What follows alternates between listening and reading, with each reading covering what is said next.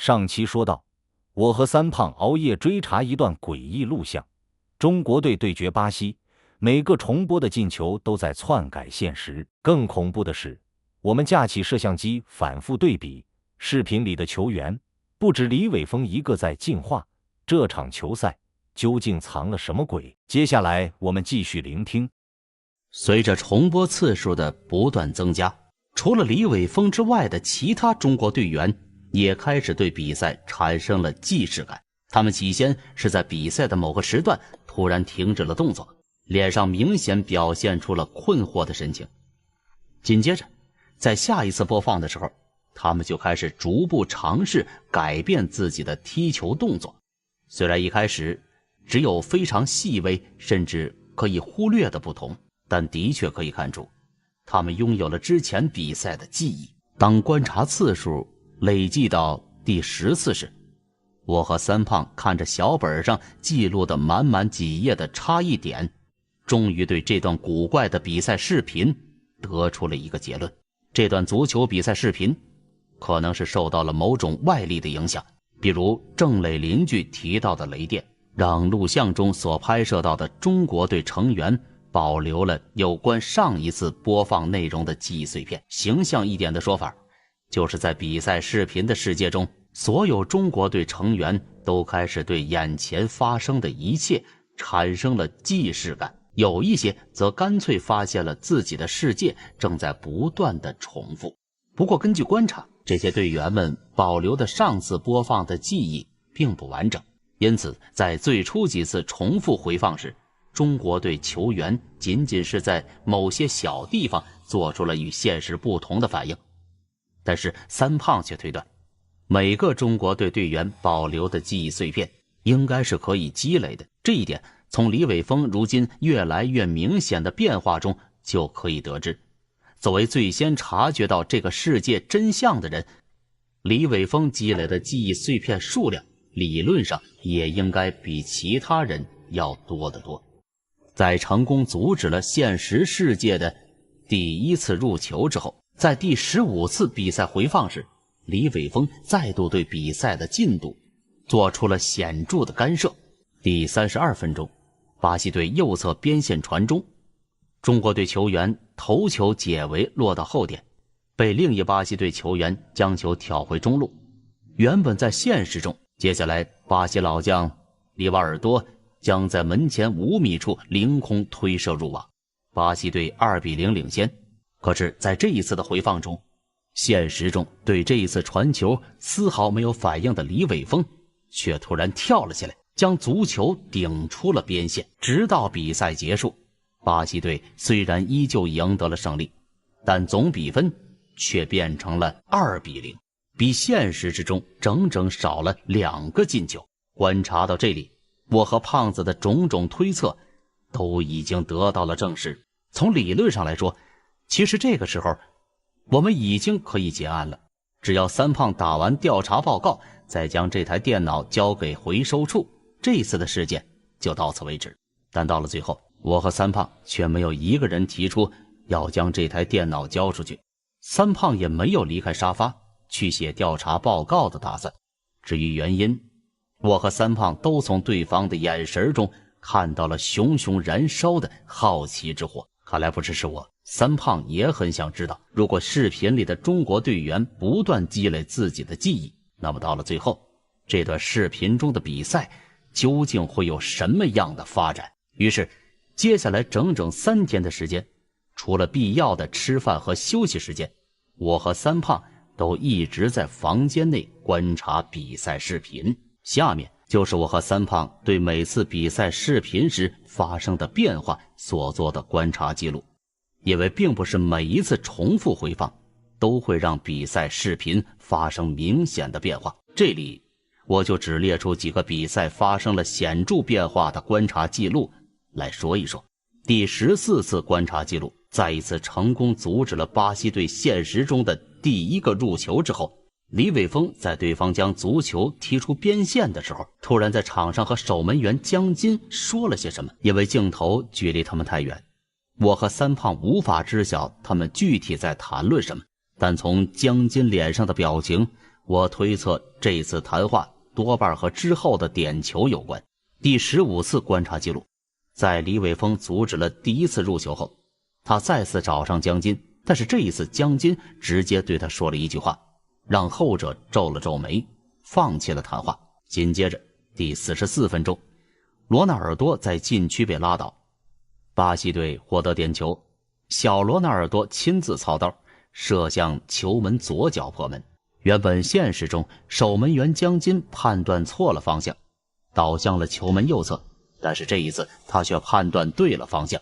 扑向了左脚。虽然点球依然命中，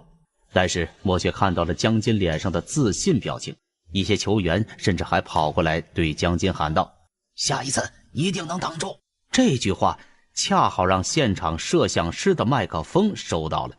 视频中的央视解说员在听到这句话后明显愣了半晌，不知道球员口中的下一次指的是什么。第17次观察记录，江津在这次的播放中成功挡下了小罗的点球，比赛最终以1-0结束。这个比分让看台上的中国观众非常激动，央视评论员甚至发表评论，宣称这是中国队有史以来表现最好的一次世界杯比赛。而巴西队球员则在赛后现场采访时表示，这支中国球队让他们感到很棘手，每一个中国队队员都仿佛已经与他们交手了数十次，对他们的一举一动都了如指掌。第20次观察记录，比赛一开始就因为一件意外而延后了10几分钟。在队员入场时，中国队队员与主教练米卢发生了冲突。从现场拍到的画面来看，似乎是中国队队员想要临时变更阵型，而遭到米卢的拒绝，双方因此开始争吵，一直到现场裁判前来劝阻，比赛才开始进行。但场上的阵型已经从现实中的4231变成了460，中国队完全放弃了现实中米卢与巴西对攻的战术，而采取了全面防守。我们在视频中看到，作为主教练的米卢对此十分气愤，甚至在下半场都没进入赛场。虽然如此，但是依靠着全面防守战术，中国队竟然化解了第53分钟罗纳尔多的进球，比赛也让现场观众大跌眼镜的0-0完结。赛后有记者采访米卢，他却说道，今天的比赛全是场上球员的自作主张，他们忘记了足球比赛的目的是胜利，胜利再胜利，而不是一味追求平局。对于米卢的评论，场上球员却不这么认为。队长马明宇说，他们知道自己与巴西实力上的差距，就算是比赛再重复20次，中国队都不可能攻破巴西的大门。作为旁观者的我和三胖对他的话不能苟同，因为在这第20次观察记录之前，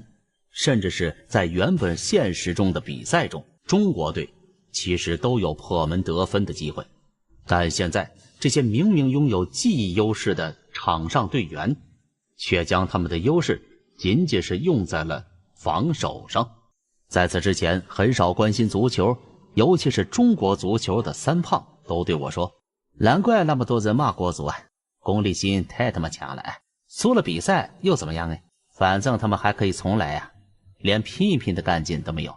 活该这些家伙10几年进不了世界杯啊。尽管如此，但是我们的观察还得继续。只是接下来比赛视频又发生了新的重大变化。自从中国队第一次将中场比分锁定在了0-0之后，我和三胖便注意到场上中国队球员的干劲儿是越来越低了。自从满足于每次平局的比分之后，不断轮回的比赛对于那些球员来说就开始成为了一种折磨。在球场上，中国队球员的动作越来越迟缓，注意力开始不集中，有些人甚至直接在场上跑了几步便坐下来休息，因为他们知道接下来球会飞向哪里，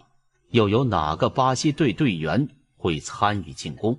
中国队的消极表现让赛场旁的观众开始粗话连篇，并不断向中国队吹起嘘声，就连中国观众也是如此。当比赛以0-0终了时，就连央视的记者都在恨铁不成钢地批评中国队。0-0的比分分明证明了他们明明拥有与足球强国巴西抗衡的实力，可为什么这些中国球员就不能打起精神，提出拼劲儿呢？观察持续到第30次，剧情急转直下。这一次中国队与巴西队的比赛甚至根本就没有开始，已经轮回了数十次比赛中的中国球员直接放弃了比赛，并且对所有人宣称这场比赛他们已经经历了无数次。因为他们的话，视频中的大部分时间里，中国队的队医都在对这些球员进行精神鉴定。当队医宣称这些人并没有精神问题，并要求他们开始比赛时，所有的中国队队员都选择退出了比赛，视频也到此结束。第31次观察，视频中的中国队员似乎是从上次的经验中发现了什么，在比赛伊始就在场上宣布要求记者采访。当一位现场记者穿过重重保安的围堵冲上了比赛场时，这些球员们通过这位记者试图让所有人相信比赛现场的所有人都被困在了这场比赛中，谁也无法逃离。但起初所有人都认为中国队的球员们疯了。但是当有一家电视台的记者试图离开球场时，忽然发现球场的所有大门都被关闭，而且无法打开。这个发现顿时引发了现场恐慌，一些人甚至以为遭到了恐怖袭击。骚乱的人群在球场看台上发生了严重的踩踏事故。当比赛组织者试图让观众冷静下来，并宣布已经让保安去尝试撬门的时候，视频结束了。在此之后，连续5次的视频回放中，比赛都没有正常进行。中国队的球员们被发现在使用各种手段试图逃离赛场。这场足球比赛视频已经完全演变成了一段段逃生电影。但是在这5次的回放中，所有尝试逃离球场的手段都宣告失败，甚至就连与外界联系以获得帮助的尝试都失败了。因为只要有人尝试向外界说明球场里发生的事情，视频就会立刻结束。球场中的混乱一直持续到了第36次回放时，中国队球员们的表现再次发生了巨变。而且这一次的巨变让我和三胖第一次生出了到此为止的念头。不断积累的记忆碎片让中国队的球员们完全明白了自己的处境。当他们知道自己根本无法逃出这个被禁锢的世界之后，一些人开始了自暴自弃，他们将这股情绪发泄在了赛场之上。第36次比赛回放开场3分钟的时候，受到了记忆碎片影响最深的李玮峰在一次铲断中一脚踢在了小罗的右脚上。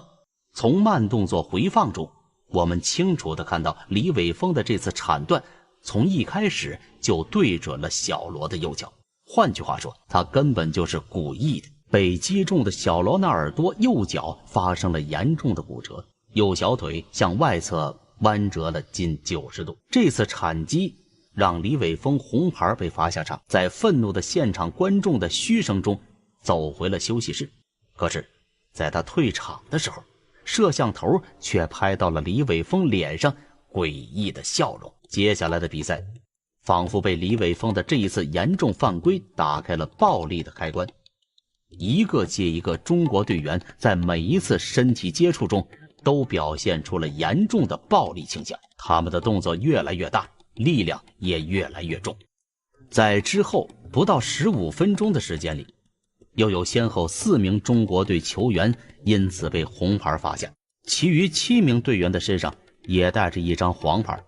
就连守门员江津也在一次抛球时因为故意将球砸在了巴西球员的脸上而领到了一张黄牌。按照足球比赛的规则，如果一方有5人吃到红牌，比赛就会直接结束，因此裁判直接宣布中国队0-3输球，比赛就此结束，开始了新的一次回放。这一次的回放似乎是让中国队球员找到了情绪的发泄口。接下来连续3次回放中，暴力场面此起彼伏，几乎每一位球员都体验了一把因为恶意犯规而被罚下的快感。但是这种情况却还不是这次观察中最为恶劣糟糕的情况，因为紧接着一出比我过去看过的任何一部电影还要暴力与血腥的场面开始在球场上演了。在第41次回放的时候，开场3分钟，一名中国队球员在突破巴西队防守时，与一名巴西队球员发生了身体冲撞。这次冲撞只是最基本的身体接触，连犯规都算不上。但谁都没有料到，就在镜头已经转移到其他地方的时候，暴力事件发生了。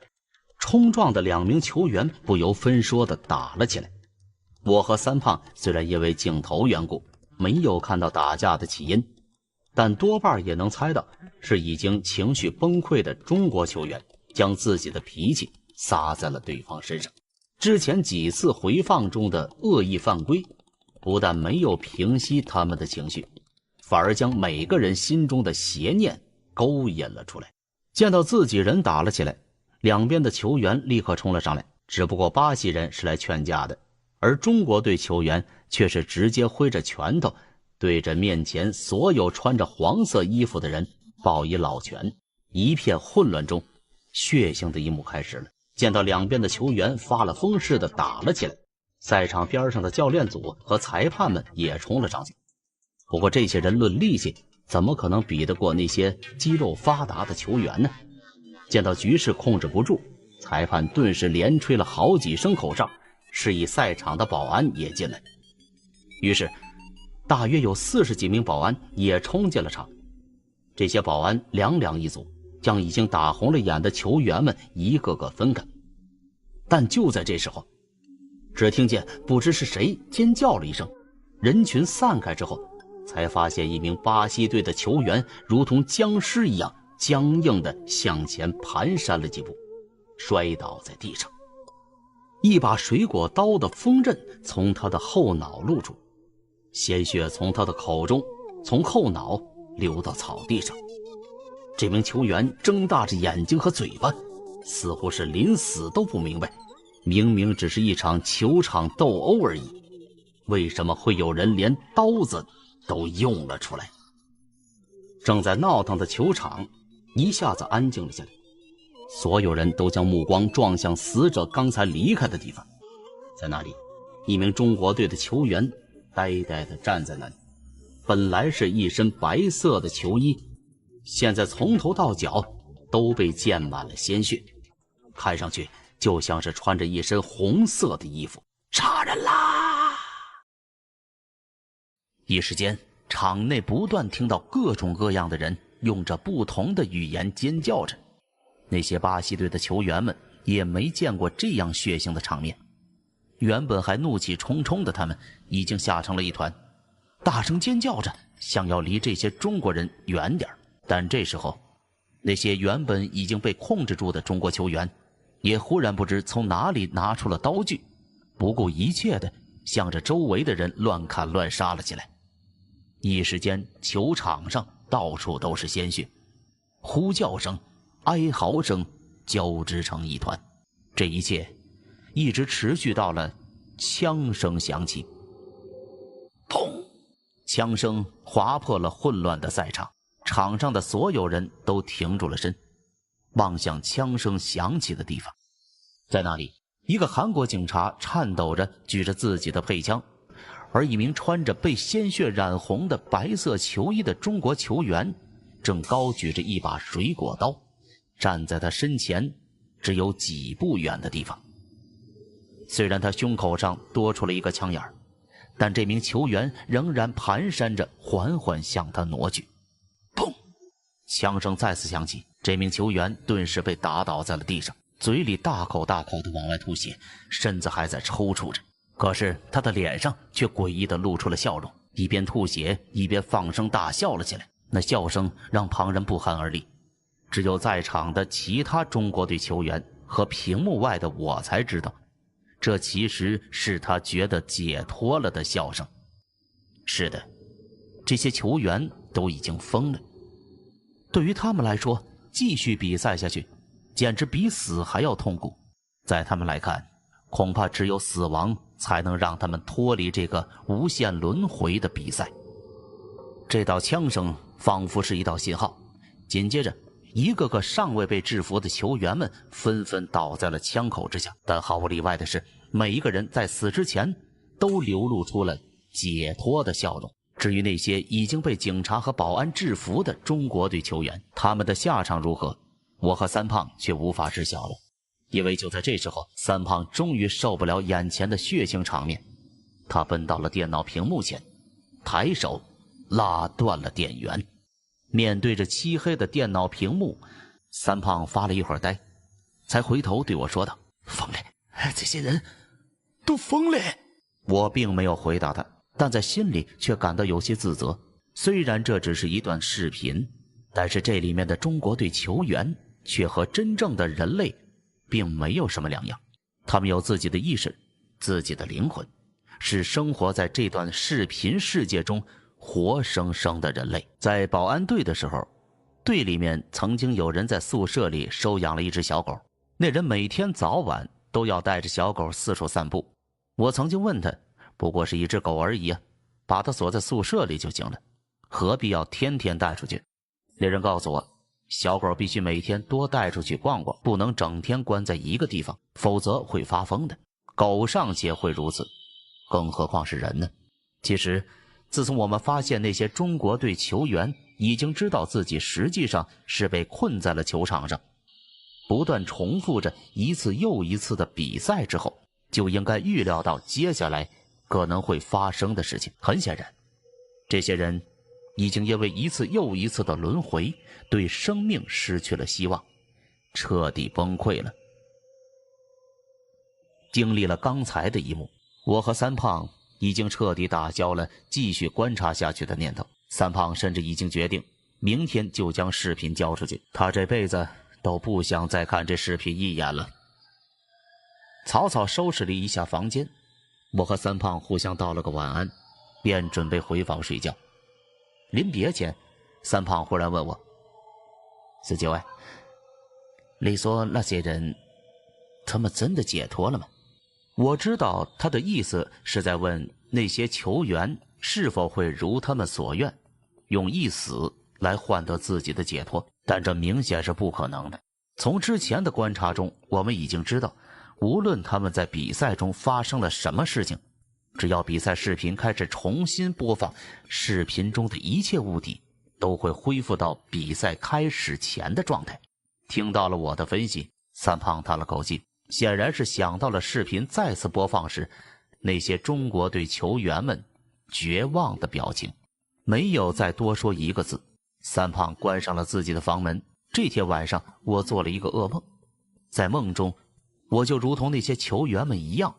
被困在了一个无限轮回的世界。那种看不到希望、没有未来的生活，让我一下子从梦中惊醒，浑身全是冷汗。坐在床上回想起梦中的情景，我正为自己现在的生活感到有些庆幸。忽然听到房门外有开门的声音，我以为是三胖醒了，怕他趁我不在又自己偷看起视频，便赶忙从床上爬起来，连衣服都来不及穿，全身上下只穿着一条内裤，便打开了房间门，向外看去。但几秒之后，我便缩回了房内，砰的一声将门拉上，随后跑回床边穿起了衣服。穿好衣服，我捏了自己一把，发现有点疼，便奇怪地说：“我不是在做梦啊！可我如果不是在做梦的话，那我刚才看到的难道是幻觉？要不然为什么会看到林千怡竟然出现在了我的宿舍里？”就在这时候，我的房间门被人重重地敲了几次，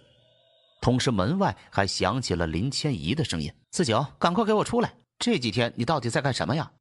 我连忙打开门，只见外面站着的果然是林千怡。我一脸陪笑道：“林姐，你怎么回来了？”林千怡反问道：“怎么，我就不能提早回来？要不是我回来的早，还不知道你这小子竟然趁我不在偷懒。”我连忙否认道：“没有，我没偷懒呢。”“没有？那你给我解释下，这几天你和三胖到底在干嘛？说着，林千怡一把揪住我的耳朵就往客厅里拽。他的力气本来就大，这一拽差点没把我耳朵给撕下来。我惨叫着跟到客厅，才发现这里已经坐满了人，除了林千怡外，王军、高亮，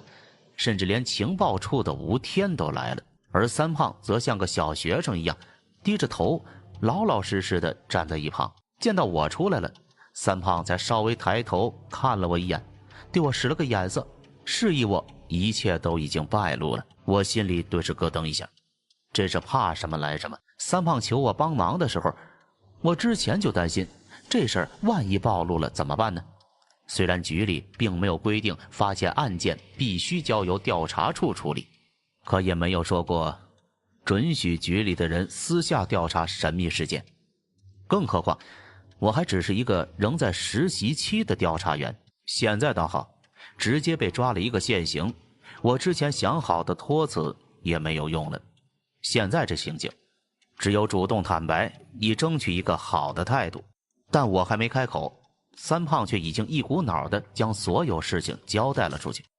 不过幸好啊，这家伙倒还算是有点义气，将所有的事情都往自己身上揽，说我是受他所迫才不得已帮助他。等三胖说完，吴天先对王军笑道：“你看看，我没猜错吧？我就觉得这小子这次有些不对劲。以前他和我吵架之后，最多也不过回家里待上个2-3天，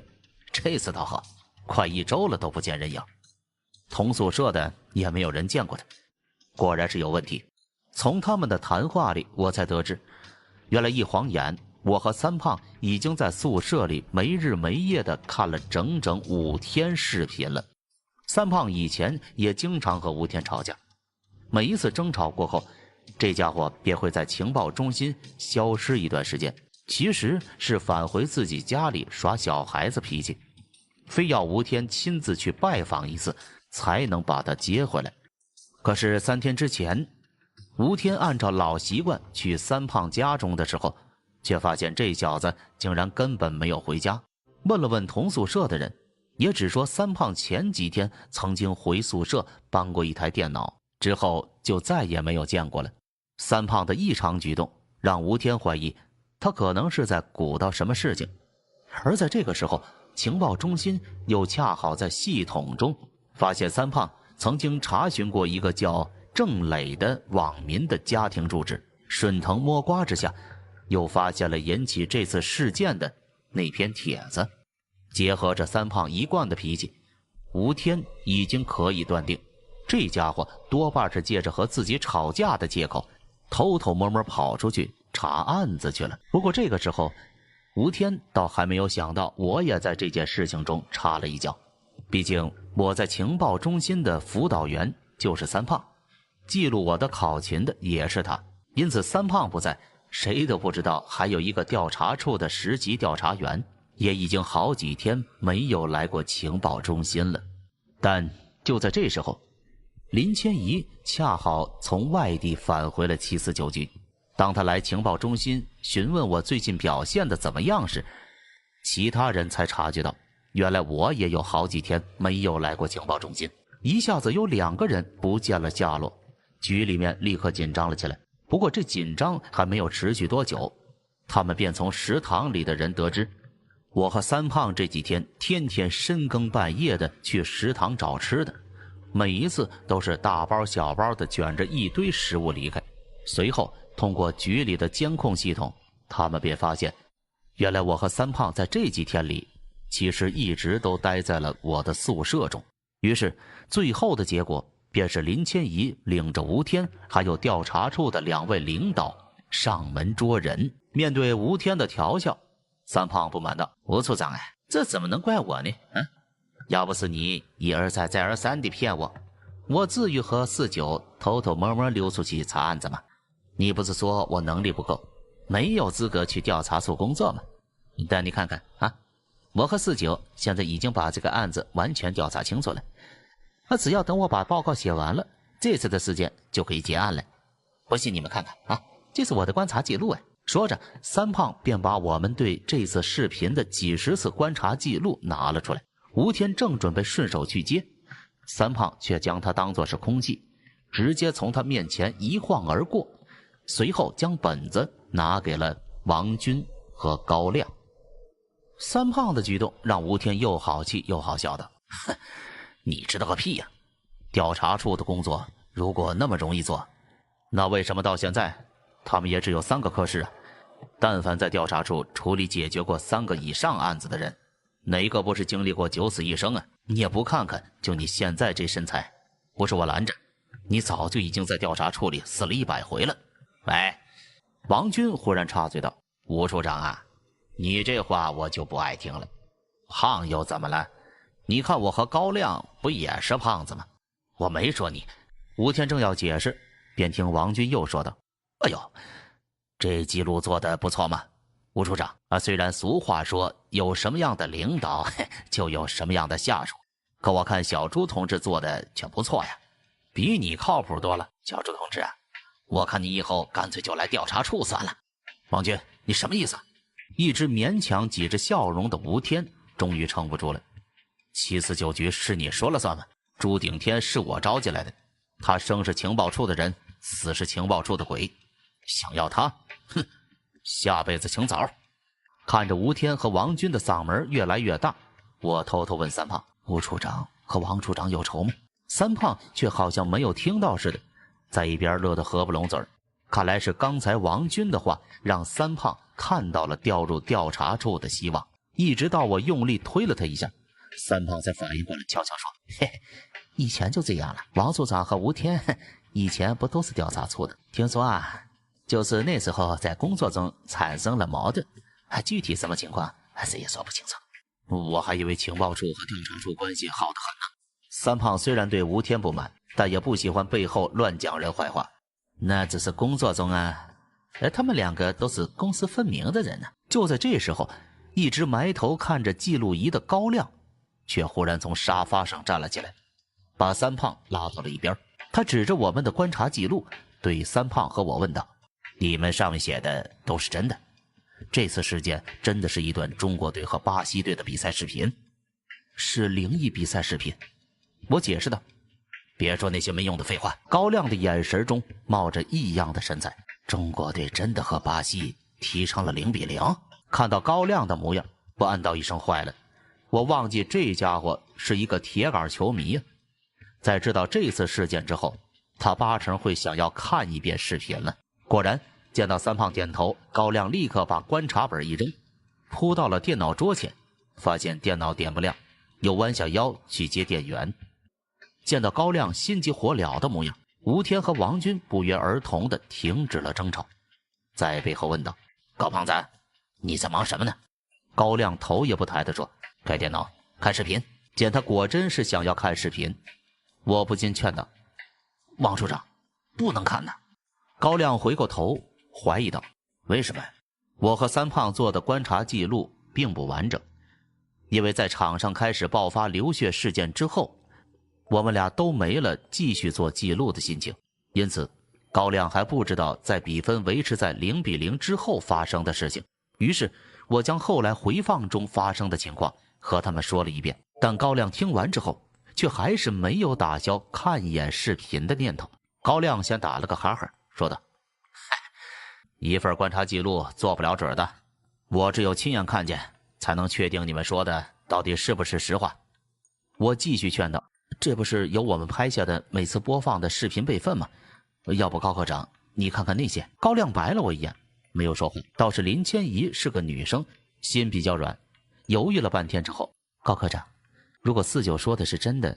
那视频里的那些人也太可怜了，要不我们还是看一下备份吧。”只可惜他说晚了，就在林千怡的话刚脱口而出的时候，高亮已经点开了视频文件。各位观众，这里是中央电视台。当听到视频播放声从喇叭里传出的时候，我离开了电脑桌，走到林千怡的身边，示意她不要看接下来的画面，那种场面实在是太令人绝望了。我不希望林千怡也和我一样做噩梦。而三胖则在这个时候跑去把摄像机打了开来，准备拍摄新一次播放的观察记录。这5天里，每次视频一点开，他就会做出这个动作，多半是已经养成了习惯。不过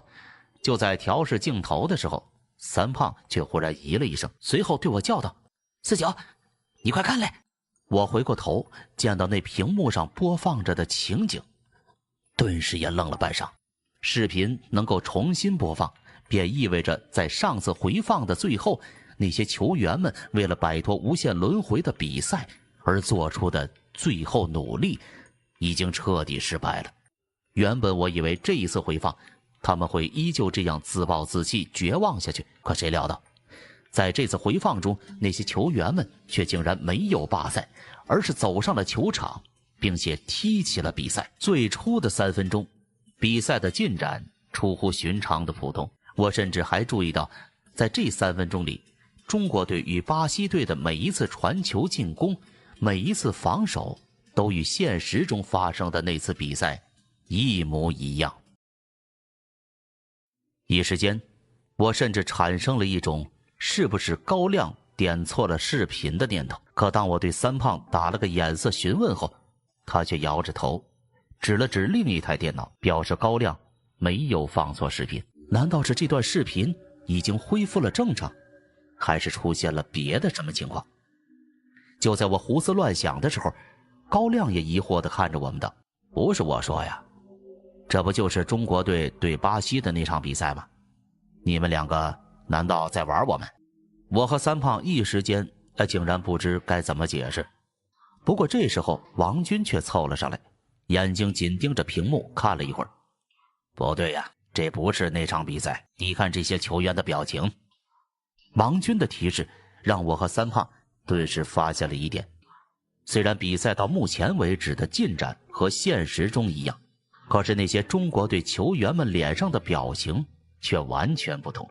在现实中，这些球员因为是第一次面对巴西队这样强大的对手，每个人脸上不是充满紧张与凝重，就是强颜欢笑，故作轻松。然而在电脑屏幕上，这些中国球员的脸上却无一例外的充满了麻木，他们的动作也呆板僵硬，形同一具行尸走肉。看到这里，我就明白了，并不是高亮点错了视频，也不是这段视频已经恢复了正常，而是那些经历了无数次轮回，甚至试图通过死亡来逃脱这个世界禁锢的球员们，已经彻底放弃了一切希望与幻想，对命运选择了屈从。他们或许是知道，无论自己怎么做，都不可能逃脱自己的命运，于是便彻底的放弃了一切思想，把自己当成了一个机器人，让自己的记忆驱动身体来完成这次球赛。不对，我忽然发觉到，在场的11名球员中，只有1个人脸上的表情与其他人截然不同。那个最先发现世界的真相，最先尝试开始改变比赛的结果，有最先自我崩溃的球员李伟峰，只有他的脸上露出了与其他人截然不同的表情。而如果要用一个词来形容他脸上此刻的表情的话，我会用希望这个词。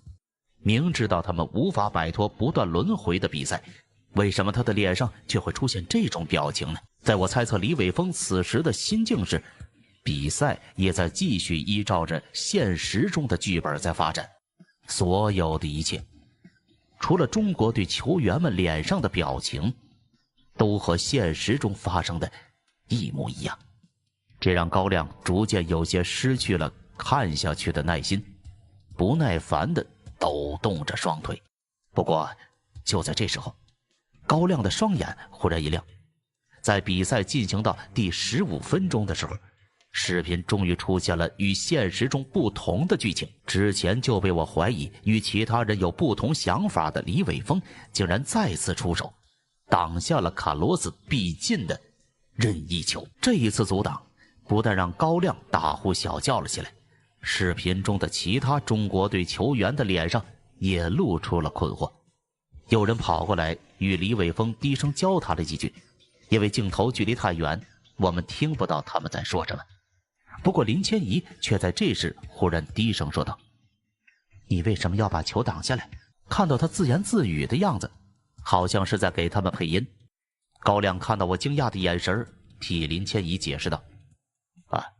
小林他会唇语。”有了林千怡的配音，让我们知道了球场上两人交谈的内容，也明白了为何只有李伟峰一个人会在比赛中露出与他人截然不同的表现。李伟峰对那名球员说：“不能再这样下去，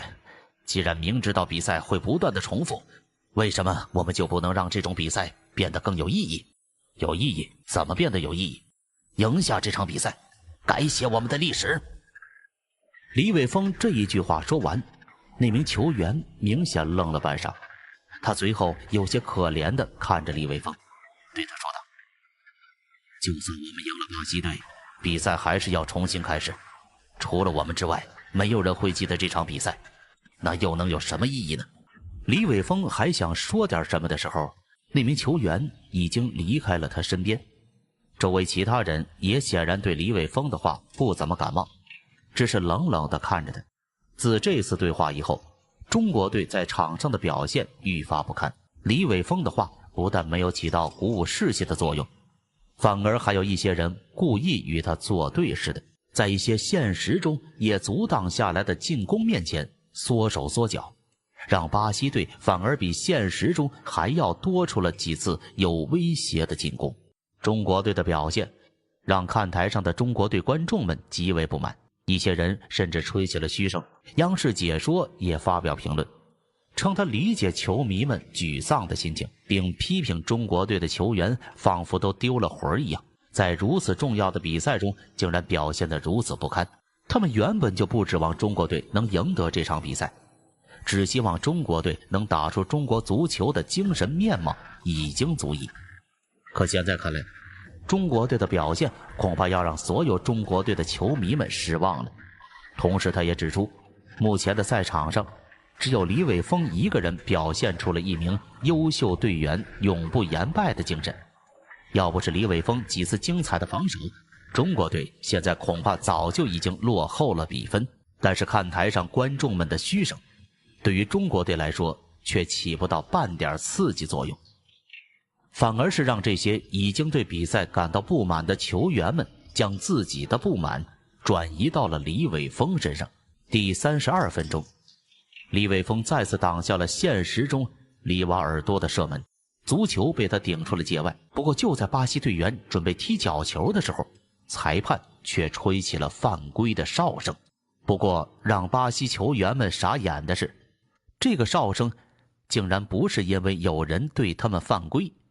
而是因为中国队内部产生了内讧。见到李伟峰又一次把本该打进的球挡了出去，最不开心的不是巴西队球员，反而是那些中国队的队友。好几名球员在足球出界之后立刻围了上去，对李伟峰骂了起来。林千怡对我们翻译道：“你是傻子吗？为什么又把球挡出去？我想赢，我不想再这样浑浑噩噩下去了。上一次轮回的时候我就想过了，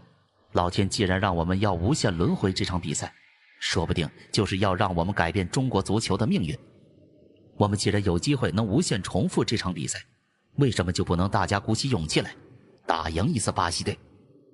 赢了又有什么用？拿下比赛能让我们解脱吗？能让我们离开这个鬼地方吗？如果不能的话，我们为什么要拼死拼活，就照着以前那样一次次踢完比赛不好吗？”争执之中，忽然有一个人说道：“和他说这些有什么用？第一次改变球赛的结果的就是他，说不定我们会被困在这儿，就是他的原因。”中国队原本就不是铁板一块，球员之间互有派系。一名现实中就与李伟峰传有矛盾的球员，在听到这句话后，竟然将无数次轮回带来的怒火撒在了李伟峰身上，朝着他就挥起了拳头。虽然立刻有人出手拉住了他，但这一拳仍然结结实实地打在了李伟峰的脸上。中国队没有立刻做准备对付角球，反而争吵了起来。本来就已经吸引了裁判的注意力，看到这一拳便立刻吹起了哨声。要不是中国队教练组已经冲了上来与裁判交流了一阵，恐怕那名挥拳的球员就要被红牌罚下场了。但即使是这样，他也吃到了一张黄牌，并且随后便被主教练换下了场，踢回了休息室。刚才的内讧让赛场的所有人脸上表情不一，有的人幸灾乐祸，有的人一脸木然，有的人则皱着眉头，还有的人则掩面哭泣。至于场上中国队的球员们，则无一例外都很安静，没有一个人出声，就这样看着李玮峰。尽管最后比赛还是正常进行了下去，但所有人都已经对后面的比赛不抱有希望。只有我和三胖却产生了好奇。现在比赛的剧情已经和之前发生了大不同，一名原本没有在上半场出现过的球员被提早换上了场。那么接下来剧情还会依照现实的走向继续下去吗？不过还没等到比赛发生明显的变化，在第43分钟的时候，比赛剧情又发生了新的巨变。现实之中，在这1分钟之后，巴西队便依靠罗纳尔多的突破闯入禁区，赢得了一个点球。而在这次的比赛回放中，因为之前队内发生的冲突，绝大多数球员的表现已经比现实之中还要糟糕。面对罗纳尔多的突破，原本应该和李玮峰一起纠缠上去防守的杜伟，这次并没有启动，而是眼睁睁地看着李玮峰一个人冲了上去。即使心里对罗纳尔多接下来会如何过人已经一清二楚，可李玮峰与他的技术差距却不是这么轻易就能够弥补的。眼看这一次罗纳尔多竟是要一个人单刀突入，他追了上去，竟然是不惜犯规也要阻止他。背后铲球，又一个现实中没有出现过的镜头发生了。这一球原本因为现实中杜伟也冲了上来，挤压了罗纳尔多的带球空间，使得李玮峰仅仅用了一次拉人就将进攻中断。虽然同样是点球，但却并不是恶意犯规。可是李玮峰这一次的铲球却正中罗纳尔多的左脚。当罗纳尔多痛苦地倒地的时候，裁判也吹响了哨声，并且毫不犹豫地给了李玮峰一个红牌。红牌！除了场上的中国队球员之外，所有中国人都捂住了自己的额头。屏幕外的高亮也破口大骂了起来，气鼓鼓的就想把电脑关了。妈的，不干了！这帮懦夫现实里踢了个0-4，为什么在这里还是这副德行？他们就这么喜欢输球吗？有重来一次的机会，为什么不想着赢一次呢？中国足球果然是烂到骨子里了，就算是虚拟世界里的中国队也一样。不过就在高亮嚷嚷着准备关闭电源的时候，林千怡却忽然阻止了他。高科长，你先等等，有情况。这时候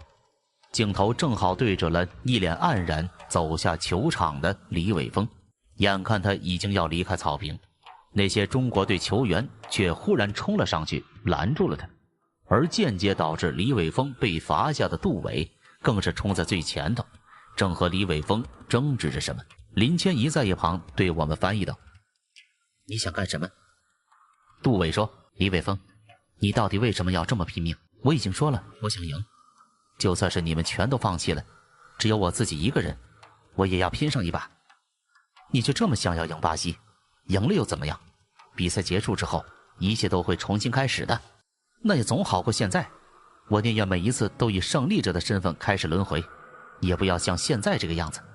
我不知道你们是为了什么成为国家队的球员的，可我来到国家队就是为了有一天能在世界杯的赛场上亲手捧起那尊金杯。这个梦想现在虽然无法实现，但只要能打败世界第一的球队，我也愿意付出一生作为代价。说完这句话，李玮峰不再理睬他们，硬是从人群里挤了出去，离开了赛场。你们到底还踢不踢了？快回去，巴西队要踢点球了！场边教练们的喊叫声惊醒了还愣在原地的中国球员们，他们一个个麻木地走回了球场，准备应对接下来的点球。但是每一个人的脸上都满肚子心事的样子。李玮峰的话有没有惊醒他们，我不知道，但我知道的是，紧接着门将江津却忽然一改之前行尸走肉一般的表现，在点球中凭借着自己的技艺挡下了小罗纳尔多的射门，将比分依然维持在了0-0。在挡住这一球后，江津也忽然对所有人叫道：就算永远离不开这里，我也要赢一次巴西。江津的话就好像醍醐灌顶，让中国队的每一个球员都为之一愣。紧接着他们脸上的表情开始发生了变化，一团熊熊的火焰似乎在每一个人身上开始燃烧，那是一种不甘向绝望屈服，不愿就此认输的斗志之火。几十分钟之后，我的宿舍里忽然一片安静，但紧接着宿舍里爆发出一股刺耳的尖叫声。高亮和三胖互相拥抱着，兴奋地大喊大叫：赢了，赢了，万岁，中国队万岁！电脑屏幕中，中国队的球迷也彻底沸腾了，无数人放声大吼，无数人拥抱在一起，流下了难以抑制的泪水。我的脸上这时候也有些热泪盈眶。我实在是没有料到，就在这次视频播放的最后，少了一个人的中国队会忽然改写了现实和几十次视频回放中的命运，战胜了巴西队。就仿佛是在做梦一样，这些被困在无限轮回的比赛之中的球员们，竟然真的做到了现实中哪怕是几十年之后的中国队都无法做到的事情。现在让我们把时间回到几十分钟前吧。就在江津出人意料地扑出了点球之后，巴西队虽然依旧保持着旺盛的攻势，但仿佛觉醒了一样的中国队却再也没有给他们创造出任何机会。双方在球场上只僵持了几分钟便结束了上半场，而到了下半场，如同顿悟了一般的中国队竟然在比赛开始10分钟，在少了一个人的情况下依旧没有落在下风。他们的表现和上半场判若两队，让解说员不停地惊呼，甚至怀疑主教练米卢是不是使用了什么魔法，否则为何会让他们完全感觉不到中国队少了一个人。少了一个人的中国队踢起了全面防守战术，尽管如此，可技术上的差距仍然让他们疲于奔命。仅仅是开场10分钟，一些球员的步伐就开始沉重了起来。放眼望去，中国队全队上下几乎就没有不累的，就连号称队中体能最好的李铁都在大喘气，因为身处中场位置，有许多次李玮峰的空缺都是他亲自去补上，已经从中场到后场来回了好几次。不过尽管如此，他们却依旧成功化解了现实中原本在第53分钟由罗纳尔多踢进的进球。但让我和三胖惊讶的是，在这次成功的防守之后，中国队忽然一改之前全面防守的阵型，踢起了与现实中第53分钟之后一模一样的打法。这不可能是场下主教练的战术调整，因为从镜头上我们看到教练席上的米卢和我们一样，对于场上的变化也充满了困惑和愤怒。他在场边大声嚷嚷着，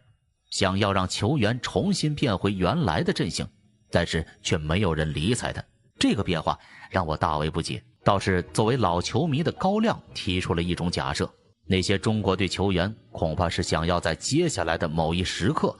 发动一次原本在现实中就差点攻破巴西队大门的进攻。老实说，中国队和巴西队在身体和技术上的差距实在是太大了，就算凭借他们在技艺上的优势，在之前的几十次回放中，中国队的最好成绩也只不过是打成平局。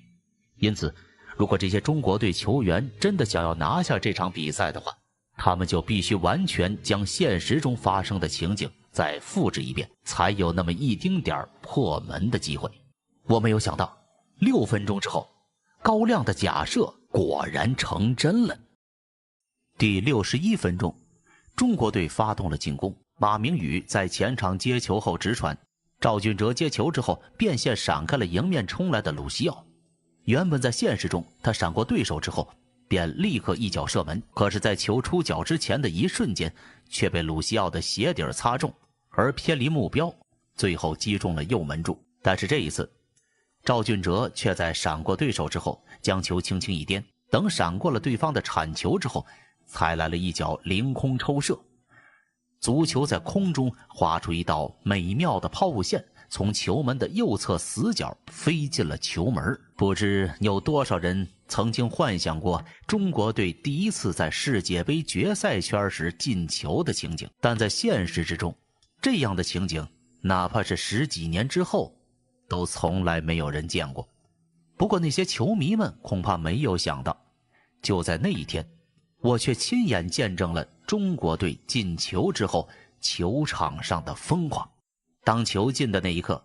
整个现场完全疯狂了。中国队的球迷们又唱又跳，又哭又闹，仿佛一下子全变成了精神病人。就连现场解说都再也无法维持自己的镇定，有些不敢相信地说：“这个球是进了吗？导播，我刚才是不是看眼花了？等等，先看下回放。”与中国球迷的疯狂相比，巴西人这边则仿佛是堕入了地狱。谁也没有想到，身为足球强国的巴西竟然会在这场比赛中陷入苦战，并且还被中国队首先打入了一个入球。好在时间还有半个小时，巴西队很快从震惊中恢复了过来，而中国队也终于不再重复之前极其耗费体能的战术，重新将阵型调整为了全面防守的阵型。防守，加强防守的声音在场上不断响起。当中国队的大门在巴西疾风暴雨般的进攻面前摇摇欲坠时，无数人的心中，包括屏幕外的我们在内，一个念头也跟着浮现：中国队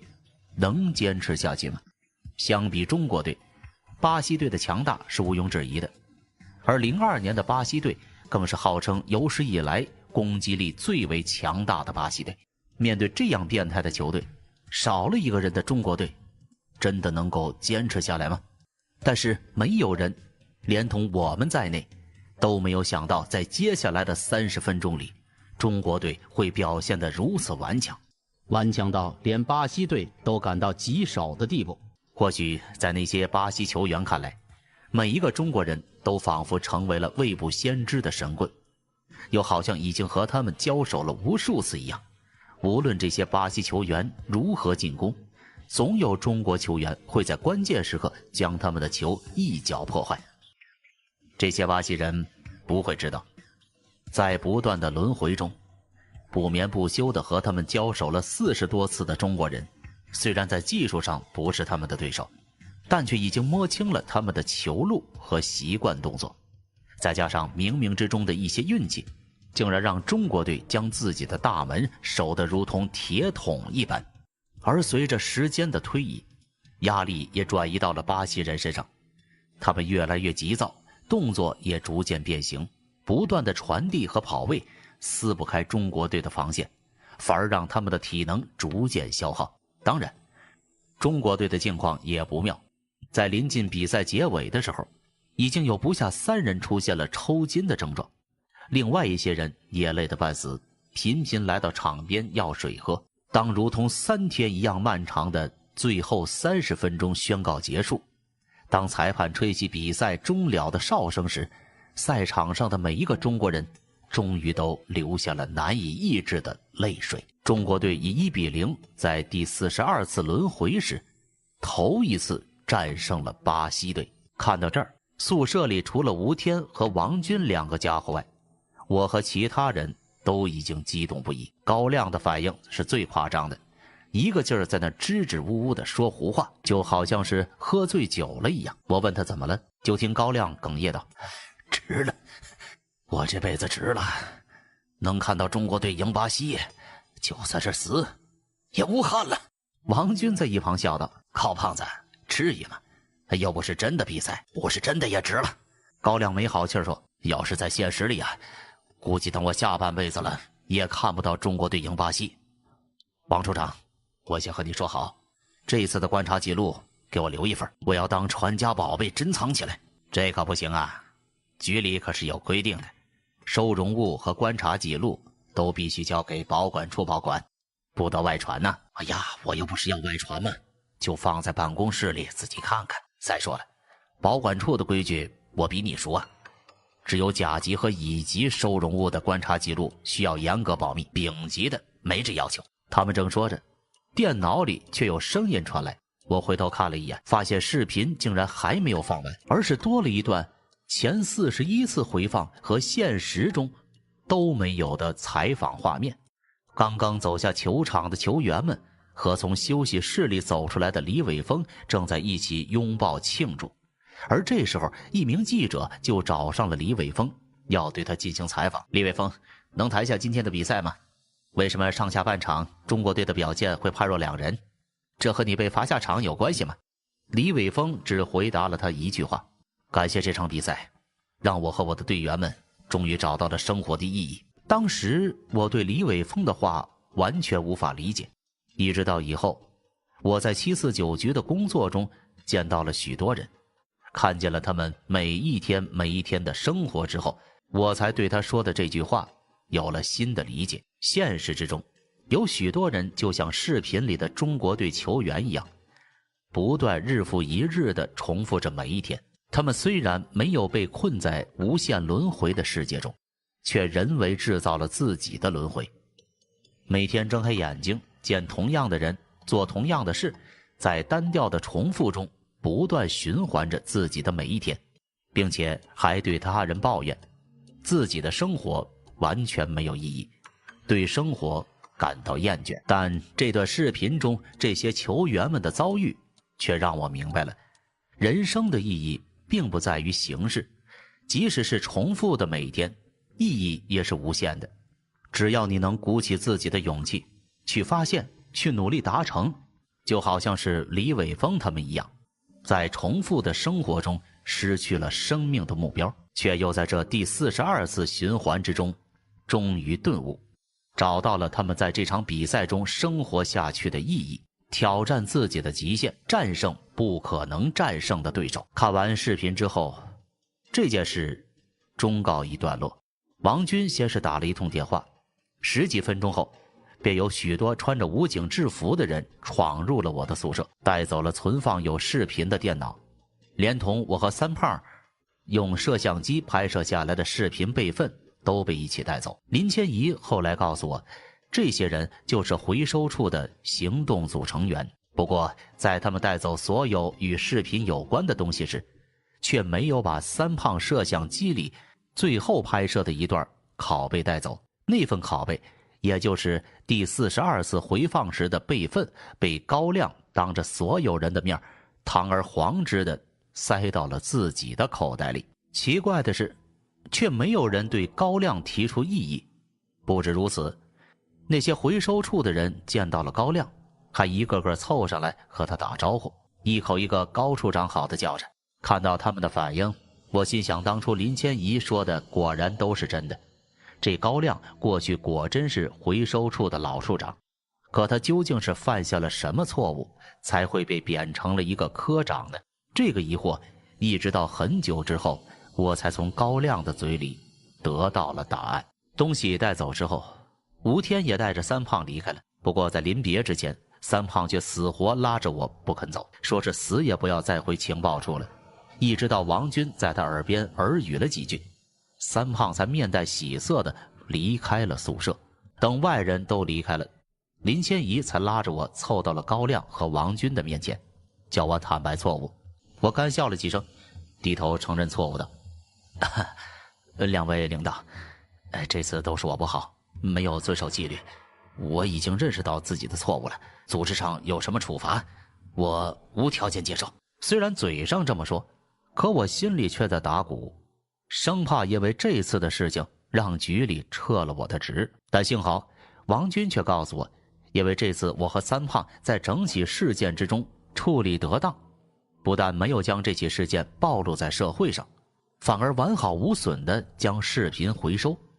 并且连事后掩盖真相的工作都做好了，因此他并没有打算对我做什么处罚。说到这儿，王军话锋一转，又说道：当然了，如果真的不给你什么处罚啊，